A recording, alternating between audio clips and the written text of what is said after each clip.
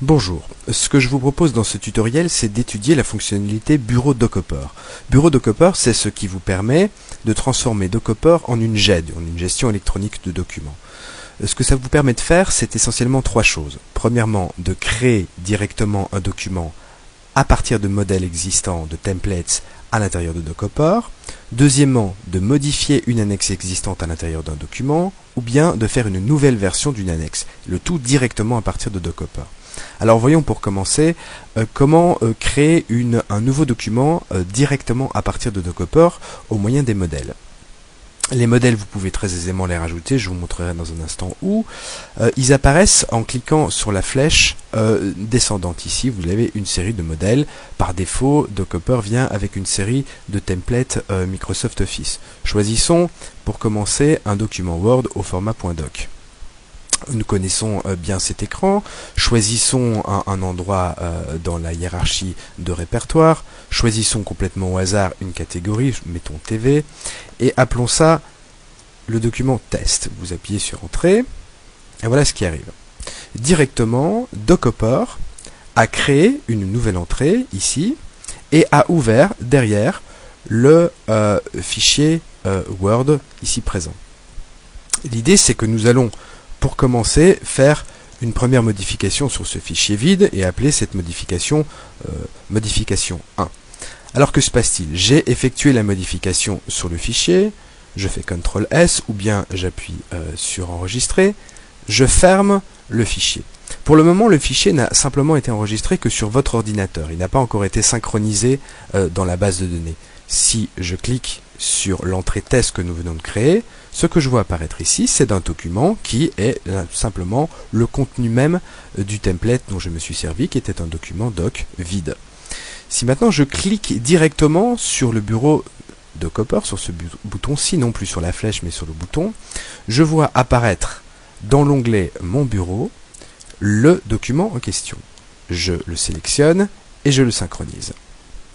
Que se passe-t-il? Eh bien, Dockhopper a maintenant intégré la nouvelle version du fichier directement dans la base de données, et ça c'est la nouvelle version du document telle qu'elle sera vue par toutes les autres personnes.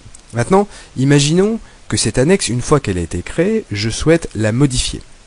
Je clique droit dans la colonne annexe, je choisis modifier, et là à nouveau, j'ai Dockhopper qui s'ouvre. Alors ce que je vois apparaître ici, c'est que annexe, la colonne annexe, contient maintenant une entrée qui est en rouge. Ça veut dire que le document est en cours de modification et que une autre personne ne pourra plus modifier ou faire de nouvelles versions de cette annexe en cours. Alors, je prends le fichier en question, qui contient toujours évidemment le texte modification 1, et je décide de transformer ce texte et de le faire en modification 2.